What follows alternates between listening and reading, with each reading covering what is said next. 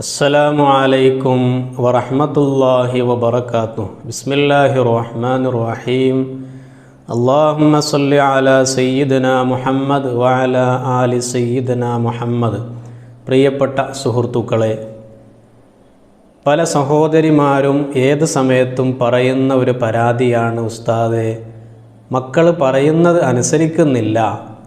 ഞാൻ അവരോട് നിസ്കരിക്കാൻ പറയും, പക്ഷേ അവർ നിസ്കരിക്കുന്നില്ല, പറഞ്ഞാൽ തീരെ അനുസരണയില്ല എന്നുള്ള പരാതി മിക്ക സഹോദരിമാർക്കുമുണ്ട്. ആദ്യം തന്നെ നമ്മൾ മനസ്സിലാക്കേണ്ടത്, ഇത് ഒരു വീട്ടിൽ അല്ലെങ്കിൽ ഏതെങ്കിലും ഒന്നോ രണ്ടോ വീട്ടിൽ മാത്രമുള്ളതല്ല. കുട്ടികളുള്ള എല്ലാ വീട്ടിലുമുള്ള സഹോദരിമാരുടെ പരാതിയാണ്. മക്കൾക്ക് 10 വയസ്സിന് താഴെയുള്ള മക്കളാണ് എന്നുണ്ടെങ്കിൽ ആ പ്രായത്തിൽ പൊതുവെ മക്കൾ പറഞ്ഞാൽ അനുസരണശീലം കുറവായിരിക്കും. പ്രത്യേകിച്ച് ഇപ്പോൾ സ്കൂളുകളില്ലാത്ത സമയമാണ്, കുട്ടികൾ മുഴുവൻ സമയവും വീട്ടിൽ തന്നെയായിരിക്കും. അപ്പോൾ ബാങ്ക് വിളിച്ചാൽ നിസ്കരിക്കാൻ പറയും, പക്ഷേ മക്കൾ നിസ്കരിക്കുന്നില്ല. ഈ പരാതിയാണ് കൂടുതലും. എന്നാൽ നമ്മൾ മനസ്സിലാക്കേണ്ടത്, ഈ 10 വയസ്സിന് താഴെയുള്ള മക്കൾ മദ്രസയിൽ 3-ാം ക്ലാസ്സിലും 4-ാം ക്ലാസ്സിലും 5-ാം ക്ലാസ്സിലൊക്കെ പഠിക്കുന്ന ചെറിയ മക്കളോട് നമ്മൾ വളരെ സൗമ്യമായ രൂപത്തിലായിരിക്കണം അവരോട് കാര്യങ്ങൾ പറയേണ്ടത്. ഒരിക്കലും തന്നെ മക്കളെ വടിയെടുത്ത് അടിച്ചുകൊണ്ട് കാര്യം നേടാനോ അല്ലെങ്കിൽ ഭീഷണിപ്പെടുത്തിക്കൊണ്ട് കാര്യം നേടാനോ നമ്മൾ നിൽക്കരുത്, ഒരുങ്ങരുത്. കാരണം അത് ഗുണത്തേക്കാളേറെ ദോഷമായിരിക്കും ഭാവിയിൽ മക്കളിൽ നിന്നും നിങ്ങൾക്കുണ്ടായിരിക്കുക. ഈ കാര്യം നമ്മൾ പ്രത്യേകം ശ്രദ്ധിക്കണം. പഴയ കാലം പോലെയല്ല. അപ്പോൾ അതുകൊണ്ട് ഉദാഹരണത്തിന് നിങ്ങൾ നിസ്കരിക്കാൻ പറയുന്നു, മക്കൾ നിസ്കരിച്ചിട്ടില്ല എങ്കിൽ നമ്മൾ പറയേണ്ടത്, നീ നിസ്കരിക്കണം, നിസ്കരിച്ചാൽ നിനക്ക് സ്വർഗമുണ്ട്. ഉമ്മ നിസ്കരിച്ചു, അല്ലെങ്കിൽ അവരൊക്കെ നിസ്കരിച്ചു, നീ മാത്രം നിസ്കരിച്ചിട്ടില്ല, ഞങ്ങളെല്ലാവരും സ്വർഗത്തിൽ പോകും, നീ മാത്രം ഒറ്റക്ക് നിൽക്കും.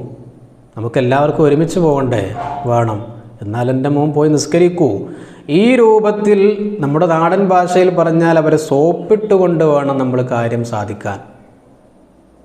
പല ഉമ്മമാരും മക്കളെന്തെങ്കിലും ഒരു കാര്യം പറഞ്ഞാൽ അനുസരിക്കുന്നില്ല എങ്കിൽ ഉടനെ തന്നെ പറയുന്ന കാര്യമാണ്, നീ മര്യാദക്ക് ഞാൻ പറഞ്ഞത് കേട്ടോ, നീ നിസ്കരിച്ചിട്ടില്ല എങ്കിൽ നിന്നെ അള്ളാഹു പിടിച്ച് തീയിലിടും.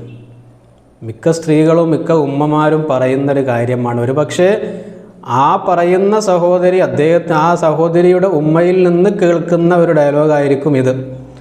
ഒരിക്കലും ചെറിയ മക്കളോട്, ഈ പ്രായത്തിലുള്ള മക്കളോട് നമ്മളൊരിക്കലും അള്ളാഹു നിന്നെ പിടിച്ച് തീയിലിടും എന്നൊരു ഡയലോഗ് നമ്മൾ കൂടുതലായും അവരോട് പറയാൻ പാടില്ല. എന്തെങ്കിലും ഒരു ചെറിയ കാര്യം അവരോട് ചെയ്യാൻ പറഞ്ഞു അവരത് അനുസരിച്ചിട്ടില്ല എങ്കിൽ ഒരിക്കലും ഈ കാര്യം നമ്മൾ എപ്പോഴും മക്കളോട് നമ്മൾ പറയാൻ പാടില്ല. കാരണം ഈ രൂപത്തിൽ നിങ്ങൾ പറയുന്ന സമയത്ത് എല്ലാവരെയും പിടിച്ച് തീയിലിടാൻ വേണ്ടി റെഡിയായി നിൽക്കുന്ന ഒരു ഭീകരജീവിയാണ് അള്ളാഹ് എന്നത് ഒരു പക്ഷേ ആ പ്രായത്തിലുള്ള മക്കളുടെ ഹൃദയത്തിലേക്ക് ആ രൂപത്തിലായിരിക്കും അത് അവർ മനസ്സിലാക്കുക. അപ്പം അതുകൊണ്ട് ഇങ്ങനെ ഒരു സംസാരം നിങ്ങളുടെ ഭാഗത്തു നിന്നുണ്ടാകാൻ പാടില്ല. മറിച്ച് നിസ്കരിച്ചാൽ കിട്ടുന്ന നേട്ടങ്ങളെക്കുറിച്ച്, നിസ്കരിച്ചാൽ ലഭിക്കുന്ന ഫലത്തെക്കുറിച്ച് അവരെ പറഞ്ഞ് ബോധ്യപ്പെടുത്തി കൊടുക്കുക. എന്നിട്ട് നമ്മുടെ കാര്യം അവർ സാധിപ്പിക്കുക. ഭീഷണിപ്പെടുത്താൻ നിന്ന് കഴിഞ്ഞാൽ നമ്മൾ നിരന്തരം ഒരു ഭീഷണിപ്പെടുത്തലിലേക്ക് തന്നെ നമ്മൾ ഒരുങ്ങും. എന്തെങ്കിലും ഒരു കാര്യം ആദ്യം പറഞ്ഞാൽ പിന്നെ രണ്ടാമത്തിന് ഭീഷണിയായിരിക്കും. പിന്നെ ഭീഷണി ഇല്ലാതെ കാര്യം നടക്കൂല എന്ന് പറയും. പക്ഷേ ഇതുകൊണ്ടുള്ള പ്രശ്നം എന്താ വെച്ചാൽ, ഭീഷണി എന്നുള്ളത് കുറച്ചൊക്കെ കഴിഞ്ഞാൽ, കുറേ ഒന്നും ഭീഷണി ഒരു പ്രായം കഴിഞ്ഞാൽ പിന്നെ ഭീഷണിയൊന്നും ഒരിക്കലും വില പോവില്ല. പിന്നെ മക്കൾ പറഞ്ഞാൽ തീരെ അനുസരണ ഇല്ലാത്തവരായിട്ട് മാറും. ചെറുപ്പത്തിലേ ഭീഷണി കേട്ട് പിന്നെ മക്കൾക്ക് ആര് ഭീഷണിപ്പെടുത്തിയാലും അതവർക്ക് യാതൊരു വിഷയവും വരാത്ത ഒരു രൂപത്തിലേക്ക് മാറും.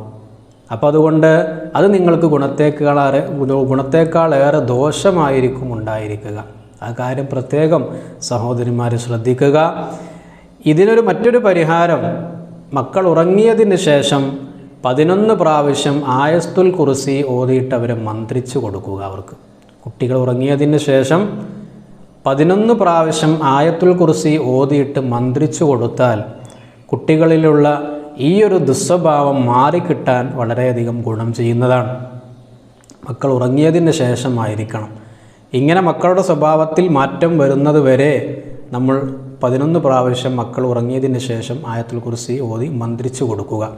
അല്ലാഹു സുബ്ഹാനഹു വ തആല നമ്മുടെ മക്കളൊക്കെ നല്ല അനുസരണാശീലമുള്ള മക്കളാക്കി അല്ലാഹു മാറ്റിത്തരുമാറാകട്ടെ. ഇരുലോക വിജയികളിൽ നമ്മളെയും നമ്മുടെ മക്കളെയും അല്ലാഹു ഉൾപ്പെടുത്തി അനുഗ്രഹിക്കുമാറാകട്ടെ. നമ്മുടെ മക്കളൊക്കെ പരീക്ഷയിലും അതുപോലെ തന്നെ എല്ലാവിധ പരീക്ഷണങ്ങളിലും അല്ലാഹു വിജയിപ്പിച്ചു തരുമാറാകട്ടെ. അല്ലാഹു സുബ്ഹാനഹു വ തആല നമ്മുടെ മക്കളൊക്കെ സ്വാലിഹീങ്ങളിൽ പെടുത്തി അനുഗ്രഹിക്കുമാറാകട്ടെ. അസ്സലാമു അലൈക്കും വറഹ്മത്തുള്ളാഹി വബറകാതുഹു.